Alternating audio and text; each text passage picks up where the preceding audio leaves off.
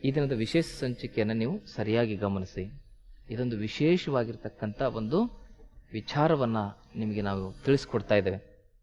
ಅದೇನು ಅಂದರೆ ಯೋಗ ನಿದ್ರೆ. ಇದು ಬಹಳ ಅದ್ಭುತವಾಗಿರ್ತಕ್ಕಂಥ ಒಂದು ಪ್ರಕ್ರಿಯೆ ಯೋಗದಲ್ಲಿ. ಯೋಗ ನಿದ್ರೆಯನ್ನು ನೀವು ಮಾಡಿದ್ರೆ ನಿಮ್ಮ ಜೀವನದಲ್ಲಿ ನಿಮಗೆ BP ಸಮಸ್ಯೆ ಬರಕ್ಕೆ ಚಾನ್ಸೇ ಇಲ್ಲ, ನಿಮಗೆ ಡಯಾಬಿಟಿಸ್ ಸಮಸ್ಯೆ ಬರಕ್ಕೆ ಚಾನ್ಸೇ ಇಲ್ಲ, ನಿಮ್ಮ ನರ ದೌರ್ಬಲ್ಯತೆಗಳು ಸಂಪೂರ್ಣವಾಗಿ ನಿವಾರಣೆ ಆಗ್ತವೆ. ಇದು ನರ ದೌರ್ಬಲ್ಯತೆಯನ್ನು ತಡೆಗಟ್ಟುತ್ತದೆ, ಜೊತೆಗೆ ನರ ದೌರ್ಬಲ್ಯತೆ ಬಂದಿರತಕ್ಕಂಥವ್ರನ್ನ ಕೂಡ ನಿವಾರಣೆ ಮಾಡ್ತದೆ. ಈ ಯೋಗ ನಿದ್ರೆಯನ್ನು ಮಾಡೋದ್ರಿಂದ ನಿಮ್ಮ ಮೆಮೊರಿ ಪವರ್ ಜಾಸ್ತಿ ಆಗುತ್ತೆ, ಜ್ಞಾಪಕ ಶಕ್ತಿ. ಯೋಗ ನಿದ್ರೆಯನ್ನು ಮಾಡೋದ್ರಿಂದ ಏಕಾಗ್ರತೆ ಜಾಸ್ತಿ ಆಗುತ್ತೆ. ಯೋಗ ನಿದ್ರೆಯನ್ನು ಮಾಡೋದ್ರಿಂದ ನಿಮ್ಮ ನಿದ್ರೆಯ ಪ್ರಮಾಣ ಕಡಿಮೆ ಆಗುತ್ತೆ, ಪ್ರಭಾವ ಜಾಸ್ತಿ ಆಗುತ್ತೆ. ಕೇವಲ 3-4 ಗಂಟೆ ನಿದ್ದೆ ಮಾಡಿದ್ರೆ ಸಾಕು, ನಿಮ್ಮಲ್ಲಿ ಅಷ್ಟೊಂದು ಹುರುಪು, ಹುಮ್ಮಸ್ಸು, ಉತ್ಸಾಹ ಜಾಸ್ತಿ ಆಗ್ತದೆ. ಇದನ್ನ ಪ್ರತಿದಿನ ರಾತ್ರಿ ಮಲಗೋ ಟೈಮಲ್ಲಿ ಮಾಡ್ತಾ ಮಲ್ಕೋಬಹುದು. ಬೆಳಗ್ಗೆನೆ ಮಾಡ್ಬೇಕಂತಿಲ್ಲ. ಇದನ್ನು ಪ್ರತಿದಿನ ರಾತ್ರಿ ಮಲಗೋ ಟೈಮಲ್ಲಿ ಈ ಯೋಗ ನಿದ್ರೆಯನ್ನು ಮಾಡ್ತಾ ಮಲಗಿದ್ರೆ ಬೆಳಗ್ಗೆ ತುಂಬಾ ಆಕ್ಟಿವ್ ಆಗಿ ಎದ್ದೇಳ್ತೀರಾ. ನೀವು ಅತ್ಯಂತ ಶಕ್ತಿಶಾಲಿಯಾಗಿರ್ತಕ್ಕಂಥ ಶರೀರ ನಿಮ್ಮೊಳಗಡೆ ಕ್ರಿಯಾಶೀಲವಾದ ರೀತಿಯಲ್ಲಿ ಜಾಗೃತವಾಗುತ್ತೆ. ಹಾಗೆ ಇಷ್ಟೆಲ್ಲ ಲಾಭಗಳನ್ನು ಹೊಂದಿರತಕ್ಕಂಥ ಈ ಯೋಗ ನಿದ್ರೆಯನ್ನು ಹೇಗೆ ಮಾಡೋದು, ಇವತ್ತಿನ ಪೂರ್ತಿ ಸಂಚಿಕೆಯಲ್ಲಿ ನಿಮ್ಮ ಅಭ್ಯಾಸವನ್ನು ನಾವು ಹೇಳ್ಕೊಡ್ತಾ ಇದ್ದೇವೆ.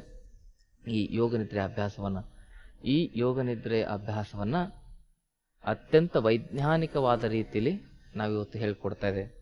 ಜೊತೆಗೆ ಯೋಗ ನಿದ್ರೆಯನ್ನು ಮಾಡಿ ನೀವು ಆಹಾರ ಪದ್ಧತಿಯನ್ನು ಬದಲಾಯಿಸಿಕೊಳ್ಳಿಲ್ಲ ಅಂದರೆ ಏನೂ ಪ್ರಯೋಜನ ಇಲ್ಲ. ಕನಿಷ್ಠ ಪಕ್ಷ 60-70% ನಮ್ಮ ಆಹಾರ ಬೇಯಿಸದೇ ಇರತಕ್ಕಂಥ ಹಣ್ಣು ತರಕಾರಿಗಳಿಂದ ಕೂಡಿರಬೇಕು. 60% ಅಟ್ಲೀಸ್ಟ್. ಜೊತೆಗೆ ವಾರಕ್ಕೆ 1 ಸರಿ ಆದರೂ ನಾವೇನು ಮಾಡಬೇಕು, ಹೊಟ್ಟೆಯನ್ನು ಶುದ್ಧೀಕರಣ ಮಾಡಬೇಕು.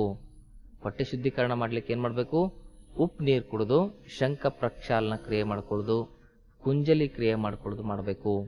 ಕುಂಜಲಿ ಅಂದರೆ ಬಾಯಲ್ಲಿ ಬೆರಳಿಟ್ಟು ವಾಮಿಟ್ ಮಾಡ್ಕೊಳ್ಳೋದು. ಶಂಖ ಪ್ರಕ್ಷಾಲನ ಅಂತ ಹೇಳಿದ್ರೆ ತಾಡಾಸನ, ತಿರ್ಯಕ ತಾಡಾಸನ, ಕಟಿ ಚಕ್ರಾಸನ, ಆಮೇಲೆ ಜಾನುರಜ್ಜಾಸನ, ಅದಾದಮೇಲೆ ಭುಜಂಗಾಸನ, ಆಮೇಲೆ ತೀರ್ಯಕ ಭುಜಂಗಾಸನ. ಎಲ್ಲ ಆಸನಗಳನ್ನು ಮಾಡೋದ್ರ ಮೂಲಕ ನೀವೇನು ಮಾಡಬೇಕು, ಶಂಖ ಪ್ರಕ್ಷಾಲನ ಅಂದರೆ ಹೊಟ್ಟೆಯನ್ನು ಶುದ್ಧೀಕರಣ ಮಾಡ್ಕೊಳ್ತಕ್ಕಂಥ ಕ್ರಿಯೆ. ಅದನ್ನು ನಿಮಗೆ ಹಿಂದಿನ ಸಂಚಿಕೆಯಲ್ಲಿ ಹೇಳ್ಕೊಟ್ಟಿದ್ದೀನಿ. ಇಷ್ಟೆಲ್ಲ ಮಾಡಿ ಶರೀರ ಶುದ್ಧವಾಗಿದ್ದಾಗ ನೀವು ಯೋಗ ನಿದ್ರೆಯನ್ನು ಮಾಡಿದ್ರೆ ಹೆಚ್ಚು ಲಾಭಕಾರಿಯಾಗಿರ್ತದೆ. ಶರೀರ ಮಾಧ್ಯಮಂ ಖಲು ಧರ್ಮ ಸಾಧನಂ ಅಂತ ಹೇಳ್ತಾರೆ. ಹಾಗೆ ಈ ಶರೀರನ ಶುದ್ಧವಾಗಿಟ್ಕೊಳ್ತಕ್ಕಂಥ ವಿಧಿವಿಧಾನಗಳಿವೆಲ್ಲವೂ ಕೂಡ. ಜೊತೆಗೆ ಶರೀರದಲ್ಲಿ ಇರ್ತಕ್ಕಂಥ ಈ ಹೊಲಸನ್ನು ತೆಗಿಲಿಕ್ಕಾಗಿ ನಾವೇನು ಮಾಡ್ಬೋದು, ಇನ್ನೊಂದು ಉಪಾಯ ಅಂತ ಹೇಳಿದ್ರೆ ನಿಂಬೆ ಹಣ್ಣಿನ ರಸ. ನಿಂಬೆ ಹಣ್ಣಿನ ರಸದ ಜೊತೆಗೆ ಬಾರ್ಲಿ ಗಂಜಿ ಅಂತ, ಬಾರ್ಲಿ ಅಕ್ಕಿ ಅಂತ ಬರ್ತದಲ್ಲ, ಆ ಬಾರ್ಲಿ ಅಕ್ಕಿ ಗಂಜಿ. ಆ ಗಂಜಿ ಹೆಂಗೆ ಮಾಡೋದು, ಬಾರ್ಲಿ ಅಕ್ಕಿನ ನುಣ್ಣಗೆ ಪುಡಿ ಮಾಡೋದು. ಆ ಪುಡಿಯನ್ನು ನೀರಲ್ಲಿ ಹಾಕಿ ಕಲಸಿ, ಆ ಕಲಸಿರ್ತಕ್ಕಂಥದನ್ನು ಕುದಿಯೋ ನೀರಲ್ಲಿ ಹಾಕಿ ಚೆನ್ನಾಗಿ ಕುದಿಸಬೇಕು. ಅದು ಗಂಜಿ ಆಗುತ್ತೆ, ಬಾರ್ಲಿ ಗಂಜಿ ಆಗ್ತದೆ. ಆ ಬಾರ್ಲಿ ಗಂಜಿ ಜೊತೆಗೆ ನಿಂಬೆ ರಸ ಜೊತೆಗೆ ಮಜ್ಜಿಗೆ, ಇದನ್ನ 5 ದಿವಸ ಕಂಟಿನ್ಯೂಸ್ ಆಗಿ ಕುಡಿಬೇಕು. ನೀವು ಬೇರೆ ಯಾವ ಆಹಾರವನ್ನು ತೆಗೆದುಕೊಳ್ಬಾರ್ದು. 5 ದಿವಸ ಇದೇ ನೀವು ಡೈಟಲ್ಲಿದ್ದರೆ ನಿಮ್ಮ ಲಿವರು, ನಿಮ್ಮ ಕಿಡ್ನಿ, ನಿಮ್ಮ ಇಂಟ್ರೆಸ್ಟೈನ್ ಕರಳು, ನಿಮ್ಮ ಲಿವರ್, ನಿಮ್ಮ ಜಠರ, ನಿಮ್ಮ ಕಿಡ್ನಿ, ನಿಮ್ಮ ಹೃದಯ, ನಿಮ್ಮ ಶ್ವಾಸಕೋಶ, ನಿಮ್ಮ ಮೆದುಳು ಎಲ್ಲವುಗಳು ಕೂಡ ಶುದ್ಧವಾಗ್ತವೆ. ಇದಕ್ಕೆ ಬೆಸ್ಟ್ ಡಿಟಾಕ್ಸಿಫಿಕೇಶನ್ ಮೆಥಡ್ ಅಂತ ಕರೀತಾರೆ. ಇದನ್ನು ನೀವು ಮಾಡ್ಕೊಳ್ಬೇಕು. ಇದನ್ನು ನೀವು ಮಾಡಿಕೊಂಡ್ರೆ ಇಡೀ ಶರೀರ ಶುದ್ಧ ಆಗ್ತದೆ. ಅಥವಾ ಜಾಸ್ತಿ ಕಟ್ಕೊಂಡಿದೆ, ಇದಕ್ಕೂ ಆಗಲಿಲ್ಲ, ಸಮಸ್ಯೆ ಬಗೆಹರಿಲ್ಲ ಅಂದರೆ ನಮ್ಮ ಆಶ್ರಮಕ್ಕೆ ಬನ್ನಿ. ಪಂಚಕರ್ಮ ಚಿಕಿತ್ಸೆ ಮಾಡಿದರೆ ಸಾಕು, ನಿಮ್ಮ ಶರೀರದಲ್ಲಿರ್ತಕ್ಕಂಥ ಎಲ್ಲ ಕರ್ಮಗಳು ತೊಳ್ಕೊಂಡು ಹೋಗ್ತವೆ, ಎಲ್ಲ ಕ್ಲೀನ್ ಆಗ್ತದೆ ಸಿಸ್ಟಮ್. ಪಂಚಕರ್ಮ ಚಿಕಿತ್ಸೆಯನ್ನು ಮಾಡಿಕೊಂಡವರು 100 ವರ್ಷ ಆರಾಮಾಗಿ ಬದುಕ್ಬೋದು. ನಿಮ್ಮ ಮಂಡಿ ನೋವು, ಬೆನ್ನು ನೋವು, ಕೈ ನೋವು, ಕಾಲು ನೋವು, ಯಾವುದೇ ಸಮಸ್ಯೆ ನಿಮಗಿರಲಿ, ಪಂಚಕರ್ಮ ಚಿಕಿತ್ಸೆಯಲ್ಲಿ ನಿಮ್ಮ ಎಲ್ಲ ಸಮಸ್ಯೆಗಳಿಗೂ ಕೂಡ ಶಾಶ್ವತವಾಗಿರ್ತಕ್ಕಂಥ ಪರಿಹಾರ ಇದೆ. ಹಾಗಾಗಿ ಗುಣವಾಗದ ನಿಮ್ಮ ಎಲ್ಲ ಸಮಸ್ಯೆಗಳಿಗೂ ಕೂಡ ಪಂಚಕರ್ಮ ಚಿಕಿತ್ಸೆ ಅತಿ ಅದ್ಭುತವಾಗಿರ್ತಕ್ಕಂಥ ಚಿಕಿತ್ಸೆ. ಇದಿಷ್ಟು ಮಾಡ್ಕೊಳ್ಳಿ. ದಿನಕ್ಕೆ ಕನಿಷ್ಠ ಪಕ್ಷ 16 ಗ್ಲಾಸ್ ನೀರು ಕುಡೀರಿ. ಒಂದು 3 ಸಲ ಆದರೂ ನಿಮಗೆ ಭೇದಿ ಆಗಬೇಕು, ಕನಿಷ್ಠ ಪಕ್ಷ 2 ಸರಿ ಭೇದಿ ಆಗಬೇಕು, ಹೊಟ್ಟೆ ಸ್ವಚ್ಛಾಗಬೇಕು. 3 ಬಾರಿ 4 ಬಾರಿ 5 ಬಾರಿ ತಿಂತಿರ್ತೇವೆ ಒಬ್ಬೊಬ್ರು, ಆದರೆ ಕನಿಷ್ಠ ಪಕ್ಷ 2 ಬಾರಿ ಅದು ಭೇದಿ ಆಗದೇ ಇದ್ರೆ ಆ ಆಹಾರ ಹೊಟ್ಟೆಯಲ್ಲಿ ಉಳ್ಕೊಂಡ್ರೆ ಅದು ಹೊಟ್ಟೆಯಲ್ಲಿ ಬಹಳ ದುರಂತಗಳನ್ನು ಮಾಡ್ತದೆ. ಹಾಗೆ ಹೊಟ್ಟೆ ಸ್ವಚ್ಛ ಆಗ್ಬೇಕಂದ್ರೆ ನಮ್ಮ ಹತ್ರ ಉದರ ಶೋಧನ ಮಾತ್ರ ಇದೆ, ಅದನ್ನು ನೀವು ಭಾನುವಾರ ತೆಗೆದುಕೊಳ್ಳಿ, ಪೂರ್ತಿ ಕ್ಲೀನ್ ಆಗಿಬಿಡುತ್ತೆ ಹೊಟ್ಟೆ. ಇದಿಷ್ಟು ನೀವು ಮಾಡ್ಕೊಳ್ಳೋದ್ರ ಮೂಲಕ, ಜೊತೆ ಯೋಗ ನಿದ್ರೆಯನ್ನು ಕೂಡ ನೀವು ಮಾಡೋದ್ರಿಂದ ನಿಮ್ಮ ಶರೀರಕ್ಕೆ ಅಂಟ್ಕೊಂಡಿರ್ತಕ್ಕಂಥ ಎಲ್ಲಾ ಸಮಸ್ಯೆಗಳು ದೂರ ಆಗ್ತವೆ. ಜೊತೆಗೆ ಬರದೇ ಇರೋರು ಬಿಡಬೇಕು ಅಂತಿಲ್ಲ, ಬರದೇ ಇರೋರಿಗೆ ಮುಂದೆ ಬರ್ತದಲ್ಲ ಅದನ್ನು ತಡಿಗಟ್ಟಲಿಕ್ಕಾಗಿ ಈ ಯೋಗ ನಿದ್ರೆಯನ್ನು ಮಾಡಬೇಕು. ಜೊತೆಗೆ ಒಟ್ಟಾರೆಯಾಗಿ ಯೋಗ ನಿದ್ರೆಯ ವೈಜ್ಞಾನಿಕತೆಯನ್ನ, ಯೋಗ ನಿದ್ರೆಯ ವಿಜ್ಞಾನವನ್ನ ನಾವು ಸರಿಯಾಗಿ ಅರ್ಥ ಮಾಡ್ಕೋಬೇಕು. ಯೋಗ ನಿದ್ರೆಯನ್ನು ಮಾಡಿದ್ರೆ ನಮ್ಮ ಸಬ್ ಕಾನ್ಸಿಯಸ್ ಮೈಂಡ್ ಆಕ್ಟಿವ್ ಆಗುತ್ತೆ. ಯೋಗ ನಿದ್ರೆಯನ್ನು ಮಾಡಿದ್ರೆ ನಮ್ಮ 6th ಸೆನ್ಸ್ ಆಕ್ಟಿವ್ ಆಗುತ್ತೆ. ಯೋಗ ನಿದ್ರೆಯನ್ನು ಮಾಡಿದ್ರೆ ಮನಸ್ಸಿನಲ್ಲಿ ಕೋಪ ತಾಪಗಳು ಸಂಪೂರ್ಣವಾಗಿ ಶಮನವಾಗ್ತವೆ. ಯೋಗ ನಿದ್ರೆಯನ್ನು ಮಾಡಿದವರಿಗೆ ಟೆನ್ಷನ್ ಬರಕ್ ಚಾನ್ಸೇ ಇಲ್ಲ. ಯೋಗ ನಿದ್ರೆಯನ್ನು ಮಾಡಿದ್ರೆ ಡಿಪ್ರೆಷನ್ ಸಮಸ್ಯೆ ಸಂಪೂರ್ಣವಾಗಿ ನಿವಾರಣೆ ಆಗ್ತದೆ. ಎಂಜೈಟಿ, ಉದ್ರೇಕದ ಸಮಸ್ಯೆಗಳು ಸಂಪೂರ್ಣವಾಗಿ ನಿವಾರಣೆ ಆಗ್ತವೆ. BP, ಹಾರ್ಟ್ಗಂತೂ ಇದು ಬಹಳ ಅದ್ಭುತವಾಗಿರ್ತಕ್ಕಂಥ ಪರಿಹಾರ ಆಗ್ತದೆ. ಹಾಗಿದ್ರೆ ನಮ್ಮ peripheral nervous system, central nervous system ಅನ್ನು ಆಕ್ಟಿವೇಟ್ ಮಾಡಿ, ಶರೀರದಲ್ಲಿರ್ತಕ್ಕಂಥ 72,000 ನಾಡಿಗಳನ್ನು ಆಕ್ಟಿವೇಟ್ ಮಾಡಿ, ಶರೀರದಲ್ಲಿರ್ತಕ್ಕಂಥ ಈ ಕಾನ್ಸಿಯಸ್ ಮತ್ತೆ ಅನ್ಕಾನ್ಸಿಯಸ್ ಸಿಸ್ಟಮ್ಗಳಿದಾವೆ.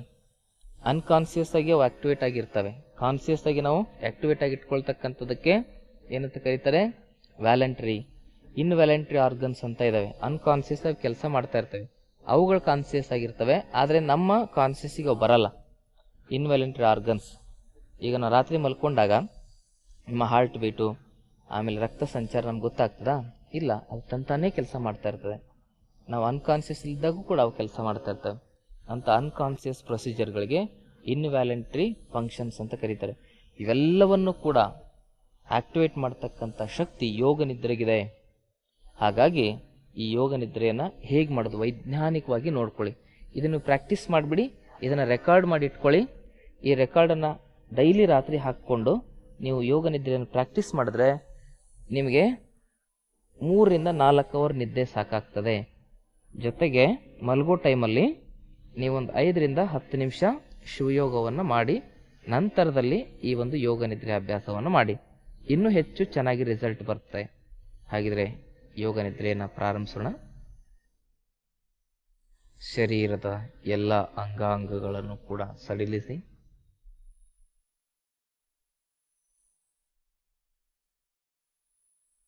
ದೇಹವನ್ನು ಸಂಪೂರ್ಣವಾಗಿ ಸಡಿಲ ಮಾಡಿ,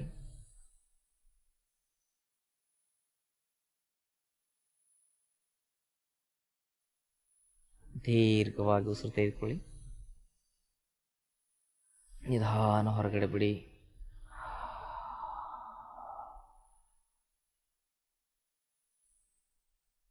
ಶರೀರವನ್ನು ಅಡ್ಜಸ್ಟ್ ಮಾಡ್ಕೊಳ್ಳಿ.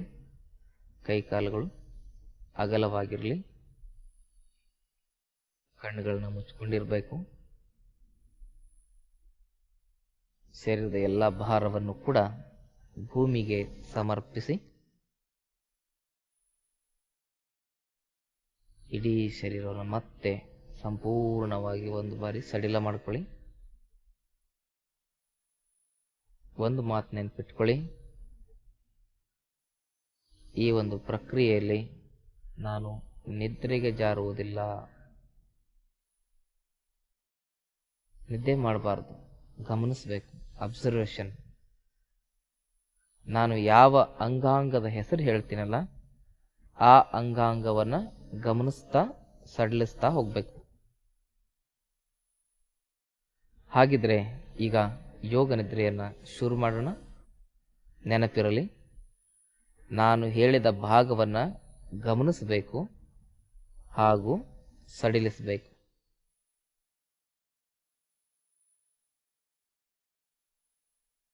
ಎಡಗಾಲ ಹೆಬ್ಬೆರಳು,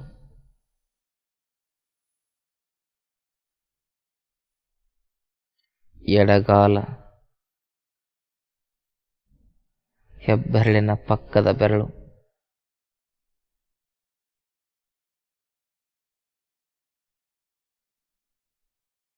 ಎಡಗಾಲ ಮಧ್ಯದ ಬೆರಳು,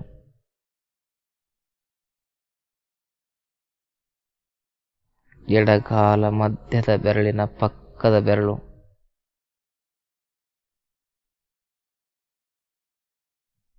ಎಡಗಾಲ ಕಿರುಬೆರಳು, ಎಡಪಾದ,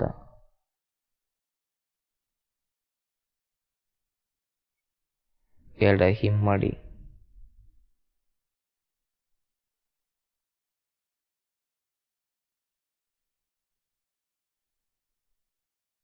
ಎಡ ಹಿಮ್ಮಡಿಯ ಕೀಲು,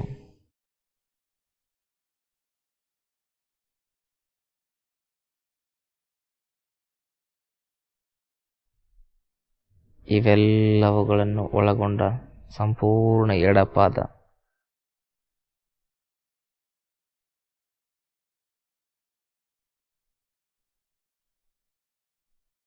ಎಡಮೀನ ಖಂಡ,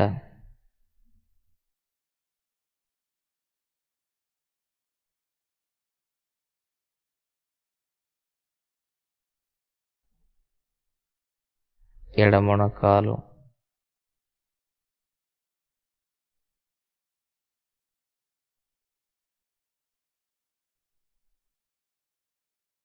ಎಡತೊಡೆ,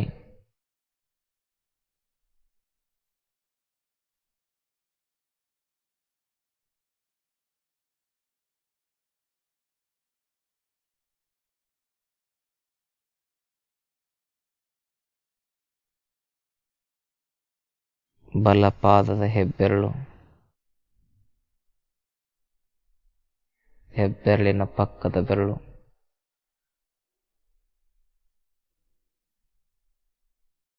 ಬಲಪಾದದ ಮಧ್ಯದ ಬೆರಳು, ಉಂಗುರದ ಬೆರಳು,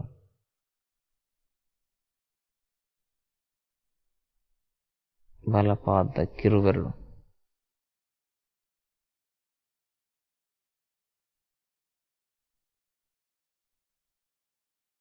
ಎಡಗಾಲಿನ ಹಿಮ್ಮಡಿ,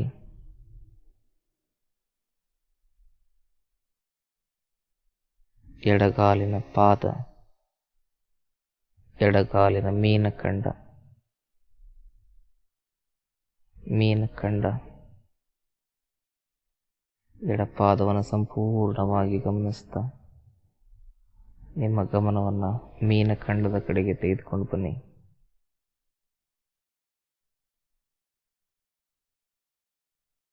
ಎಡಮೊಣಕಾಲು,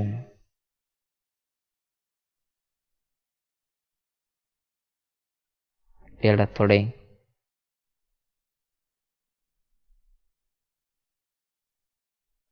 ಹೀಗೆ ಎಲ್ಲ ಅಂಗಾಂಗಗಳನ್ನೊಳಗೊಂಡು ಸಂಪೂರ್ಣವಾಗಿ ಎಡ ಮತ್ತು ಬಲಗಾಲನ್ನು ಸಡಿಲಿಸಿ ಹಾಗೂ ಗಮನಿಸಿ.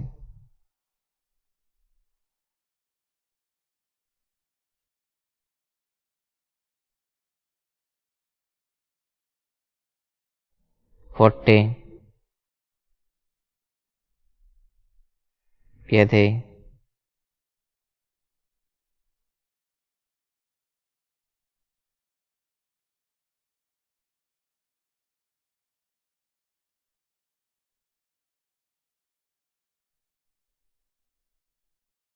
ಎಡಭುಜ, ಎಡತೋಳು,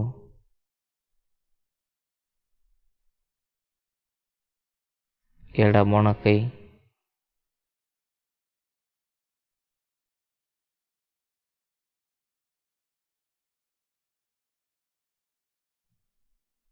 ಎಡಮೊಣಕೈ, ಎಡಮುಂಗೈ, ಎಡ ಹೆಬ್ಬೆರಳು, ತೋರ್ಬೆರಳು,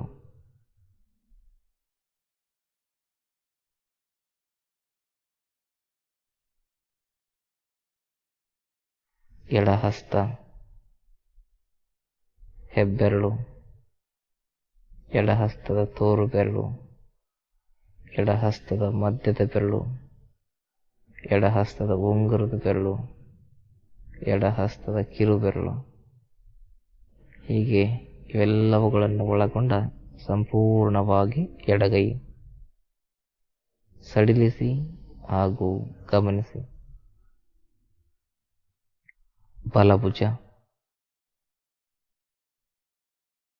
ಬಲತೋಳು, ಬಲ ಮೊಣಕೈ,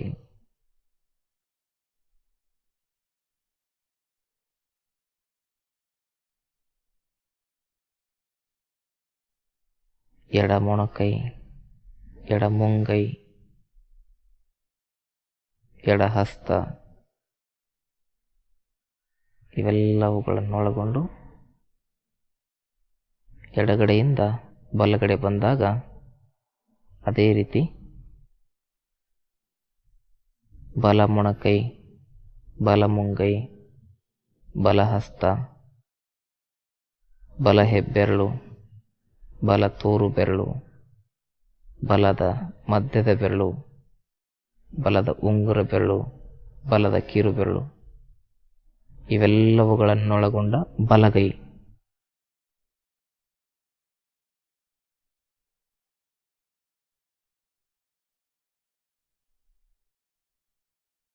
ಹೀಗೆ ಬಲಗೈಯನ್ನು ಕೂಡ ಸಂಪೂರ್ಣವಾಗಿ ಸಡಿಲಿಸಿ ಗಮನಿಸಿ.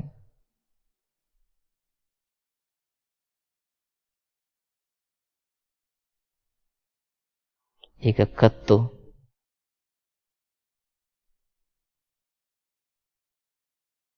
ಕತ್ತನ್ನು ಸಡಿಲಿಸಿ ಹಾಗೂ ಗಮನಿಸಿ. ಮುಖವನ್ನು ಸಡಿಲಿಸಿ ಹಾಗೂ ಗಮನಿಸಿ.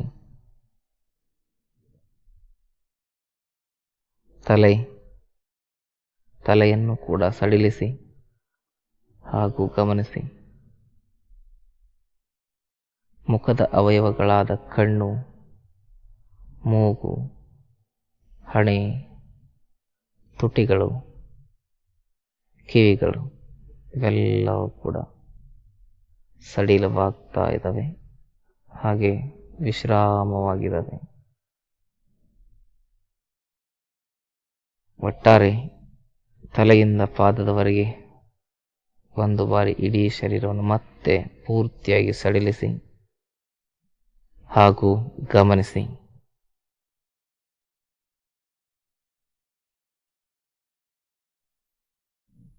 ಈಗ ದೀರ್ಘವಾಗಿ ಉಸಿರು ತೆಗೆದುಕೊಳ್ಳಿ. ಉಸಿರನ್ನ ಒಳಗಡೆ ಹಿಡಿದಿಟ್ಕೊಂಡು ಇಡೀ ಶರೀರವನ್ನು ಸಂಪೂರ್ಣವಾಗಿ ಬಿಗಿಗೊಳಿಸಿ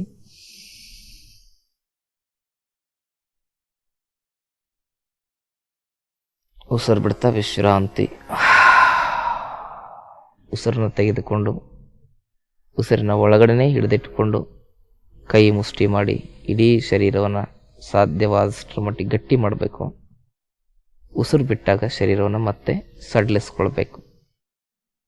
ಮತ್ತೊಮ್ಮೆ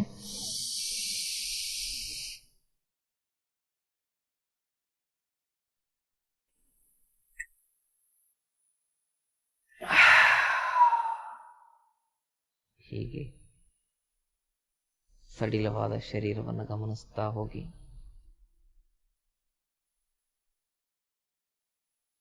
ದೀರ್ಘವಾಗಿ ಉಸಿರು ತೆಗೆದುಕೊಳ್ಳಿ. ನನ್ನ ಜೊತೆ ಹೇಳಿ.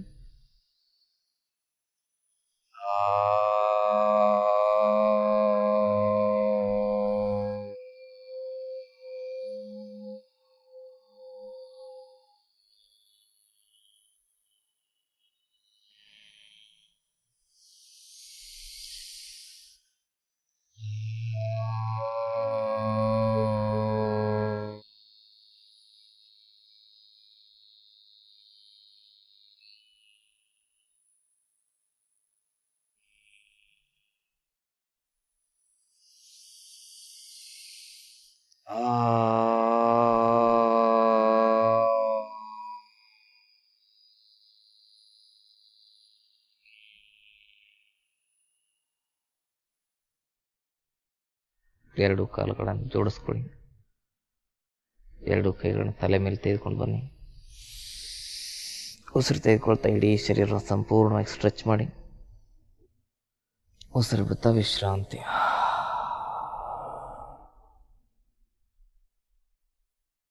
ಹೀಗೆ ಯೋಗ ನಿದ್ರೆಯನ್ನು ಮುಕ್ತಾಯ ಮಾಡೋಣ.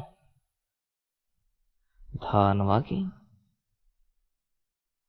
ಎಡಭಾಗ ಅಥವಾ ಬಲಭಾಗ ಯಾವುದಾದರೂ ಒಂದು ಭಾಗದ ಕಡೆಗೆ ತಿರುಗಿ ನಿಧಾನವಾಗಿ ಮೇಲೇಳಿ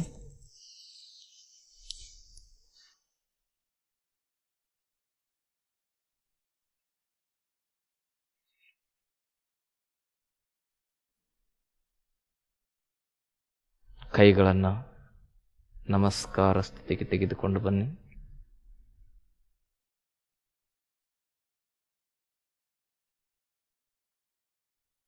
ದೀರ್ಘವಾದ ಉಸಿರಾಟ ಮಾಡ್ತಾ ಮನಸ್ಸಿನಲ್ಲಿ ಓಂಕಾರವನ್ನು ಉಚ್ಚಾರಣೆ ಮಾಡಿ ಕೈಗಳನ್ನು ಜೋರಾಗಿ ಉಜ್ಜಿ